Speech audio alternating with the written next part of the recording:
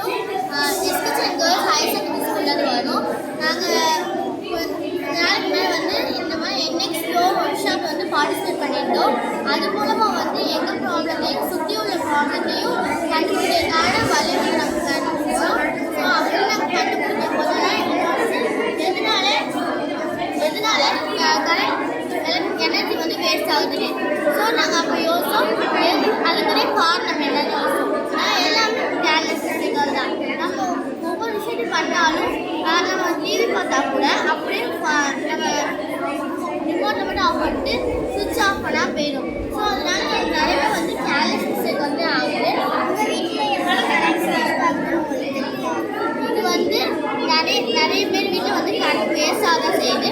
அதை நாங்கள் வந்து மேனேஜ்மெண்ட் மூலமாக தான் நாங்கள் வந்து ஒரு இந்த சொல்யூஷன் வந்து கண்டுபிடிச்சோம். இந்த சொல்யூஷன் பேர் அல்டர்னேட்டிவ் எனர்ஜி.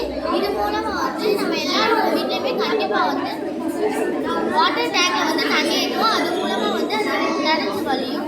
அப்போ வந்து நமக்கு நினைஞ்சு வலிஞ்சதுக்கு அப்புறம் தான் நம்ம போய் மோட்டாரை வந்து ஆஃப் பண்ணுவோம். அந்த நேரத்தில் வந்து வாட்டர் வேஸ்ட் ஆகுது, கரண்ட்டும் வேஸ்ட் ஆகுது.